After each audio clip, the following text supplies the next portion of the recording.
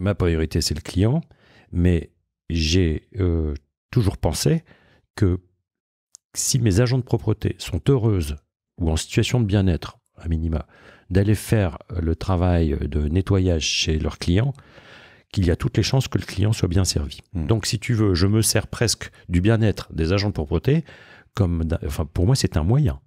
C'est pas un but. Mon but, c'est la satisfaction client, parce que c'est ça qui assure la pérennité de l'entreprise. Avoir une entreprise de collaborateurs heureux, c'est bien de l'expliquer. Ça sert à rien. Ouais. Il faut que ça serve à quelque chose. On est des chefs d'entreprise. On n'est pas des curés de paroisse. Ce qui ne veut pas dire qu'on n'est pas habité par des valeurs.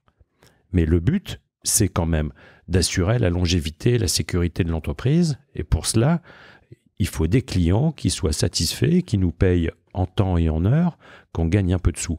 Et c'est pour ça que je considère que le bien-être des collaborateurs, c'est le moyen le plus puissant pour obtenir l'engagement des collaborateurs et donc la satisfaction client. Et donc la rentabilité et la croissance. Donc il ne faut pas faire du moralisme de bas étage en disant, tu sais, moi je suis chef d'entreprise, c'est parce que je suis passionné par le bonheur des gens.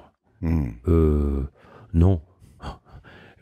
Par contre, je suis tellement heureux quand mes collaborateurs sont heureux. C'est ça, je kiffe ça, quoi. Mais je kiffe aussi la croissance et les résultats. Ce que j'aime chez toi, c'est que tout ça, c'est très assumé, en fait, et c'est pas contradictoire. Ah, je supporte pas les propos moralistes, ostentatoires, donneurs de leçons, judéo-chrétiens. Ça me saoule, franchement. Je fuis ça. Tu fuis ça. Est-ce que tout ça, ça fonctionne partout, selon toi? Est-ce que si je le pousse très loin dans deux sens, mais dans une entreprise du CAC 40 avec des dizaines de milliers, alors tu me diras, t'en es pas loin finalement, mais de collaborateurs dans le monde entier, être au service des gens qui produisent, avoir des bureaux paysagers et puis ça rentre un peu. Ah ouais, tu vois. Ouais. Et puis est-ce que ça fonctionne partout? Je me pose un peu des questions parce qu'il y a, en effet, le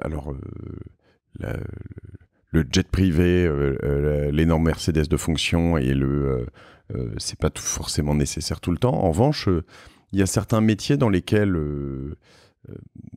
avoir notamment un entourage qui t'aide pour être optimal toi-même, tu vois, pour avoir juste les bonnes décisions à prendre, pas avoir... Moi, je trouve ça intéressant aussi, tu vois, de se dire, en fait...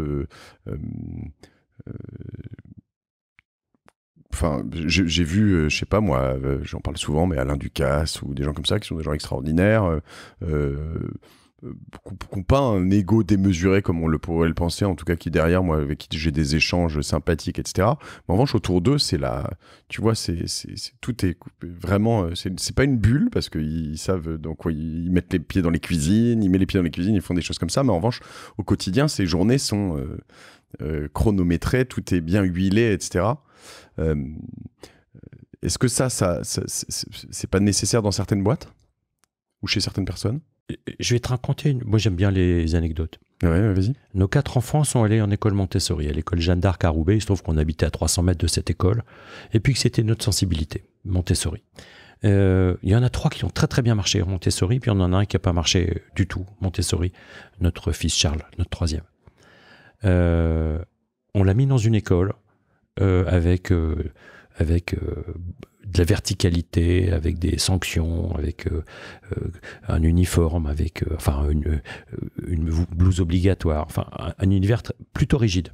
Et ben il s'est éclaté dans cette école et ça l'a remis sur les rails. En Montessori, il était perdu.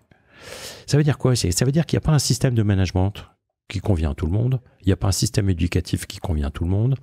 La richesse du monde, c'est sa biodiversité.